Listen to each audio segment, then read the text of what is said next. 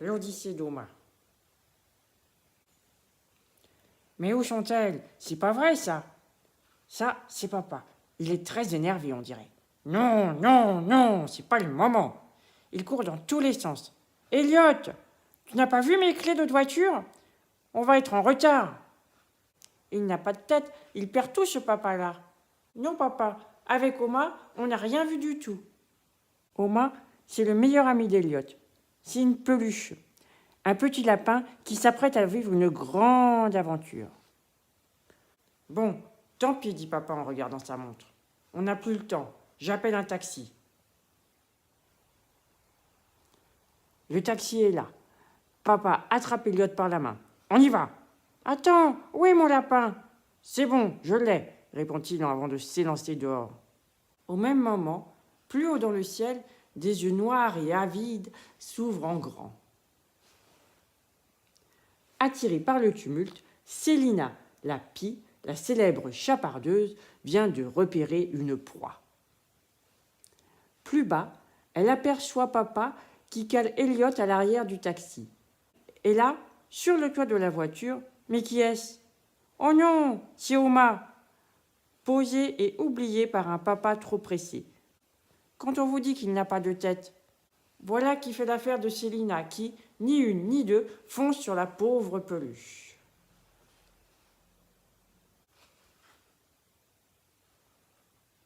En un instant, tout bascule.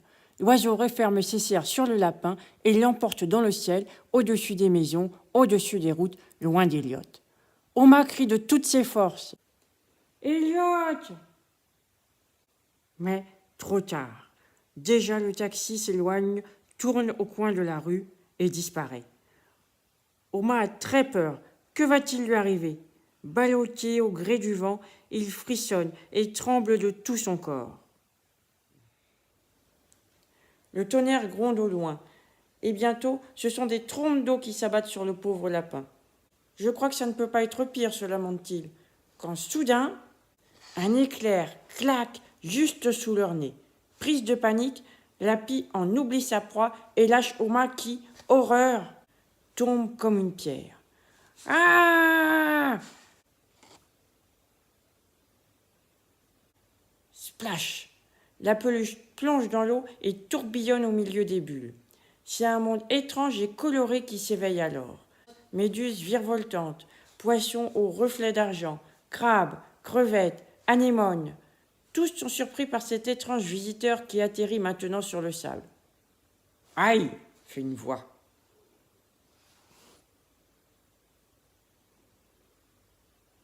Le petit lapin tourne sa tête dans tous les sens, mais ne voit personne.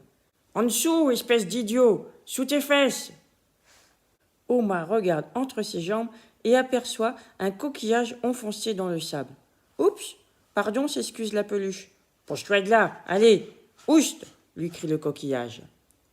Eh oui, il n'est pas commode celui-là, quel sale caractère. Faut dire aussi, cela fait des jours qu'il est enseveli là. La faute à un bateau qui lui a envoyé son ancre en pleine coquille. Impossible de bouger. Alors, pour s'excuser, Oma demande au crabe costaud de l'aider à le dégager. « Libre, me voilà libre. Je n'en reviens pas, » fait le coquillage. « Pour te remercier, je vais t'offrir quelque chose de très rare. » Le coquillage s'ouvre en grand, tout s'éclaire, tout s'illumine. À l'intérieur, une perle blanche qui brille et qui scintille. « Comme c'est beau !»« Merci, dit le lapin. »« Tu l'as bien mérité, petit gars, » lui répond le coquillage grincheux.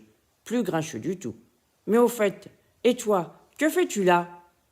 Oma explique alors à ses nouveaux amis comment la vilaine pile l'a enlevé, puis lâché dans le port.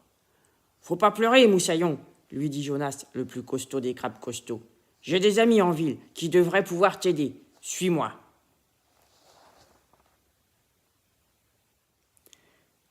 Ils émergent sur le quai, en plein milieu des pêcheurs qui déballent leurs crevettes, leurs crabes et leurs poissons. « C'est ici que je m'arrête, » souffle Jonas. « Trop dangereux pour moi. »« Suis ce chemin, tu trouveras mes amis derrière le restaurant La Sirène. Bonne chance, petit. » Oma prend une grande inspiration. Le beau temps est revenu. « Allez, en avant !»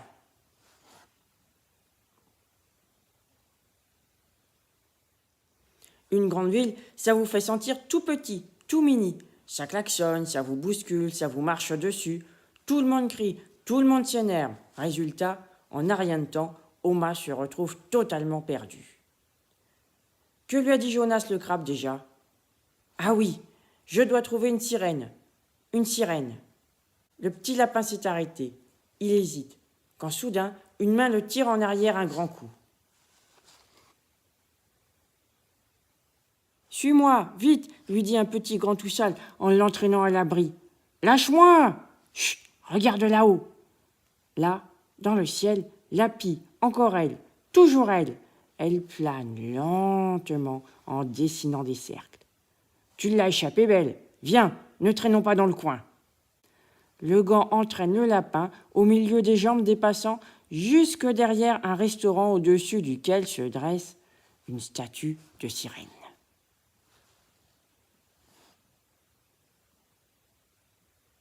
Bienvenue au club des objets perdus.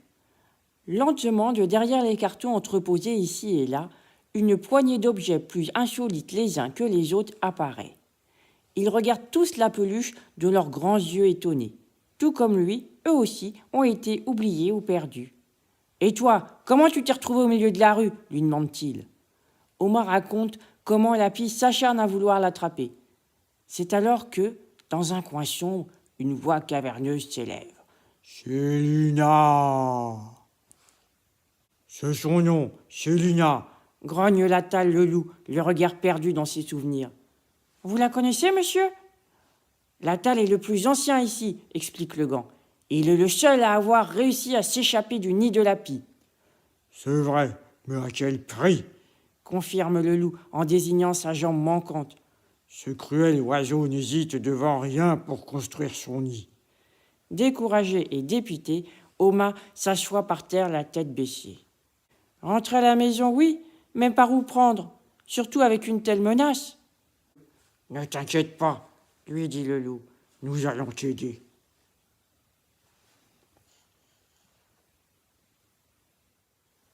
Guidé par Latal et ses amis, Oma traverse la ville. Tipton, la chaussure, ouvre la marche tandis que Monocle, les lunettes, scrutent le ciel. Robot, lui, est chargé de surveiller les feux de signalisation. L'électronique, c'est son domaine. Quant à Teute la tétine, elle couine dès qu'elle voit un danger, et le gant fait alors signe de stopper la marche. La petite troupe progresse ainsi, bondissant de cachette en cachette, jusqu'à une place où s'élève un sacré vacarme. C'est le jour de marché. Ça crie, ça s'appelle, ça rigole et ça sent bon. Bien à l'abri, Oma se retourne vers Latal. Et maintenant ? Tu vois ce clocher là-bas ? Si tu parviens à monter au sommet, tu as une chance de voir ta maison. C'est haut, lâche le gant, en avalant sa salive. C'est vrai qu'il est terriblement haut, ce clocher. Vu du sol, on croirait presque qu'il touche les nuages. Le lapin rassemble son courage et s'élance. Mais, à mi-parcours, il se fige, paralysé. Venu de nulle part, la pie fonce vers lui en rasant le sol. Célina tend ses pattes vers Oma quand, soudain, une forme noire la plaque au sol. C'est Latal qui, bondissant de l'ombre, s'est jeté sur l'oiseau. Bien joué. « Vas-y, cours, je la retiens !» crie le loup en direction du lapin. Puis, s'adressant à la pie, « À nous deux, ma vieille ennemie !» Latal tient sa revanche. Il agrippe la pie qui tourne et se retourne en renversant tout. Mais, à se battre comme ça, il ne voit pas qu'un grand danger leur fonce dessus. « Latal ! Attention, derrière toi, un camion !» hurle le lapin. Le loup file se cacher. Mais pour Célina Lapie, c'est une toute autre affaire. Empêtrée dans un filet de pêche, elle se débat en poussant des cris de détresse. « Profitons-en pour déguerpir !»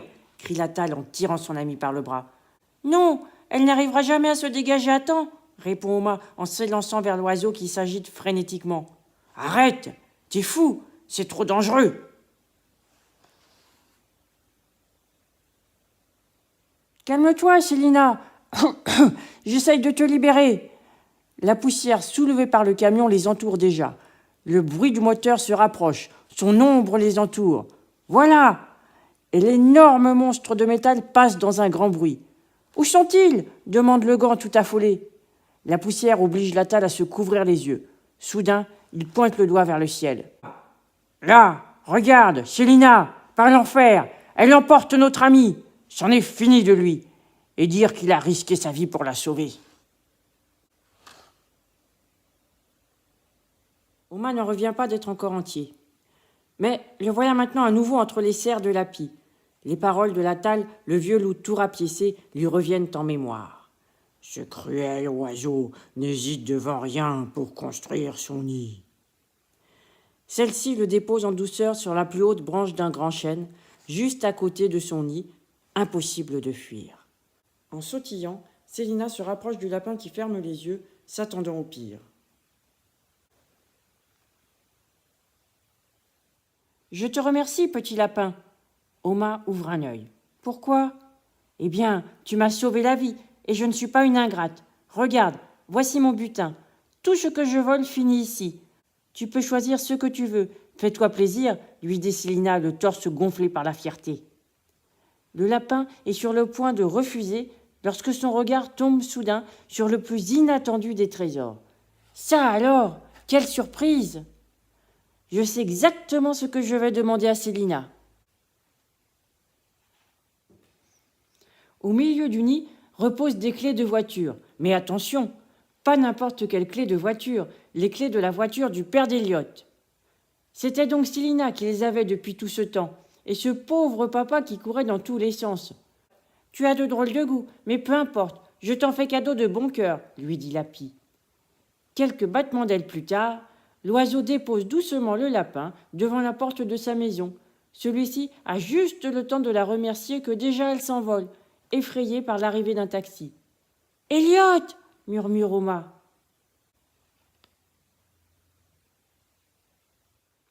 « Regarde, papa, j'ai retrouvé mon lapin. Il était devant la porte, » s'exclame Eliott en serrant Oma de toutes ses forces. « Tu vois, c'est ce que je t'avais dit. Tu as dû le laisser tomber tout à l'heure. »« Super !» crie Eliott en tournant sur lui-même. « Chut, tu vas réveiller ta sœur. » Papa ouvre la porte arrière du taxi et aide la maman d'Eliott à en sortir. Endormie dans ses bras se tient un petit bébé. Tendrement, maman dépose un baiser sur le front de la petite fille. « Bienvenue à la maison, mon ange. » Il est minuit. Tout le monde dort dans la maison. Enfin, presque tout le monde. Cap, cap, cap. Quelqu'un traverse le salon en trottinant dans le noir. Sans un bruit, une petite main en peluche glisse les clés de voiture dans la poche de la veste de papa. Hop, une bonne chose de faite. Le voilà à présent qui s'approche du berceau. Il saute à l'intérieur et accroche une magnifique perle au poignet du bébé. « Bienvenue à la maison, Perle !» chuchote Oma avant de retourner se glisser dans le lit d'Eliott. Et voilà, c'est fini. À bientôt.